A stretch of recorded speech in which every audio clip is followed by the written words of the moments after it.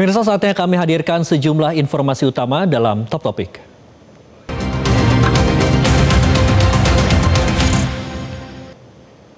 Kita mulai di Top Topik yang pertama. Presiden Prabowo Subianto menghadiri sidang tahunan MPR yang digelar di Komplek Parlemen Jakarta pada Jumat 15 Agustus. Sidang ini menjadi agenda penting menjelang peringatan HUT ke-80 Republik Indonesia.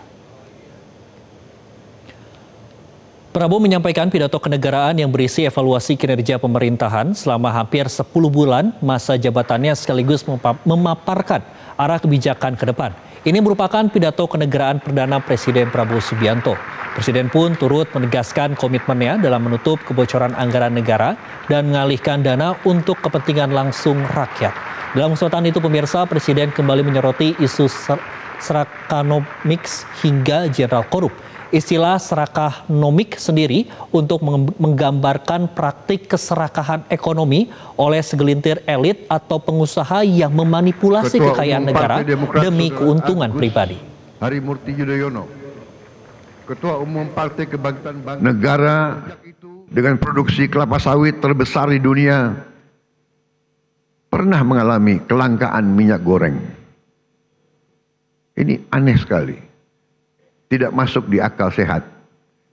Dan ternyata memang itu ternyata adalah permainan manipulasi yang tadi sudah disinggung oleh Ketua DPR yang saya beri nama serakanomics.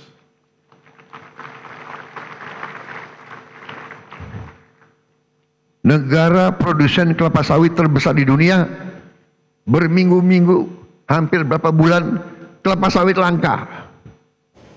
Wakil Presiden Gibran Rakabuming Raka tiba-tiba mengganti dasinya dalam sidang tahunan MPR dan sidang bersama DPR DPD di gedung DPR Senayan Jumat pagi tadi.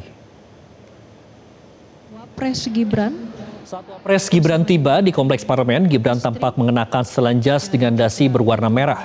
Kehadiran Gibran disambut oleh Ketua DPR Puan Maharani. Tak lama berselang, Presiden Prabowo Subianto tiba di gedung DPR mengenakan setelan jas abu-abu dengan dasi biru muda serta peci hitam. Nanti kemudian akan bersama-sama. Kemudian Presiden Prabowo berfoto bersama dengan deretan pimpinan DPR, DPD, dan MPR. Awalnya Gibran belum terlihat dalam foto bersama tersebut.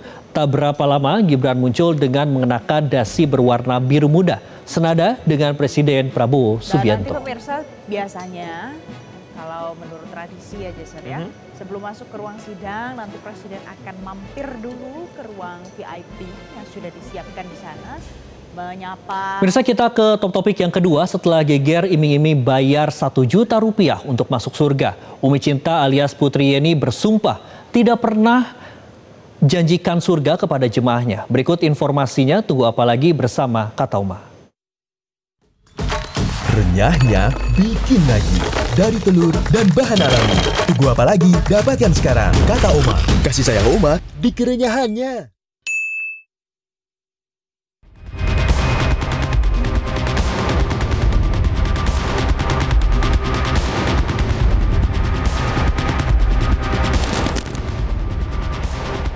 Putri Yeni alias Umi Cinta, pimpinan keagamaan di Perumahan Dukuh Zamrud, Kecamatan Mustika Jaya, Kota Bekasi, akhirnya buka suara soal tudingan praktik menyimpang yang membuat warga resah.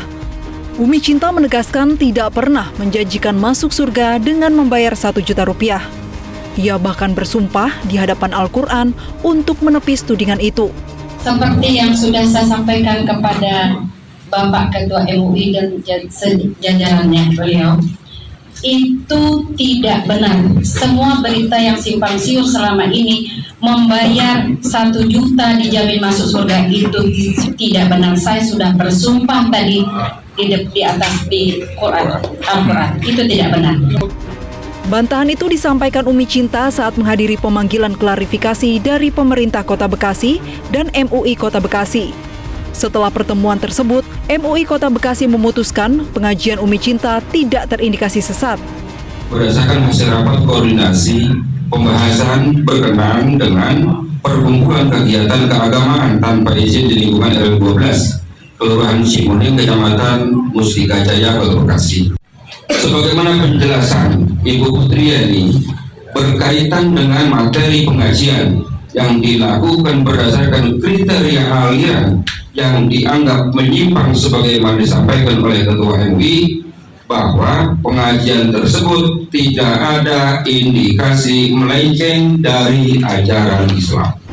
Setelah keputusan itu, pemerintah Kota Bekasi melalui Kepala Kesbangpol Kota Bekasi berharap warga tidak mudah tergoda dan memecah belah. Namun Kesbangpol membantah kecolongan dengan adanya kegiatan pengajian yang berujung protes warga. Minta ke semua lapisan masyarakat, elemen masyarakat, ya, kepada warga masyarakat untuk tidak mudah, ya, membuat isu ataupun, ya, mengarahkan sesuatu kepada hal yang kiranya merusak kerukunan, keharmonisan bagi keberlangsungan hidup beragama, hidup bermasyarakat, hidup bernegara, dan hidup berbangsa. Jaga nilai-nilai baik dari Pancasila, Undang-Undang 45, NKRI maupun Bhinneka Tunggal Ika. Sebelum dinyatakan tidak indikasi sesat dan menyimpang, warga Duku Zamrud menyatakan keberatan dengan aktivitas keagamaan yang digelar di rumah Putri Yeni atau Umi Cinta. Tim Liputan Metro TV. Setelah dinyatakan tidak menyimpang dari ajaran Islam, sejumlah warga masih mendatangi lokasi pengajian pimpinan Umi Cinta. Untuk menghindari hal yang tidak diinginkan, kepolisian tetap melakukan pengawasan. Sejumlah warga yang masih penasaran mendatangi lokasi pengajian Umi Cinta yang telah dinyatakan tidak ada indikasi menyimpang dari ajaran Islam.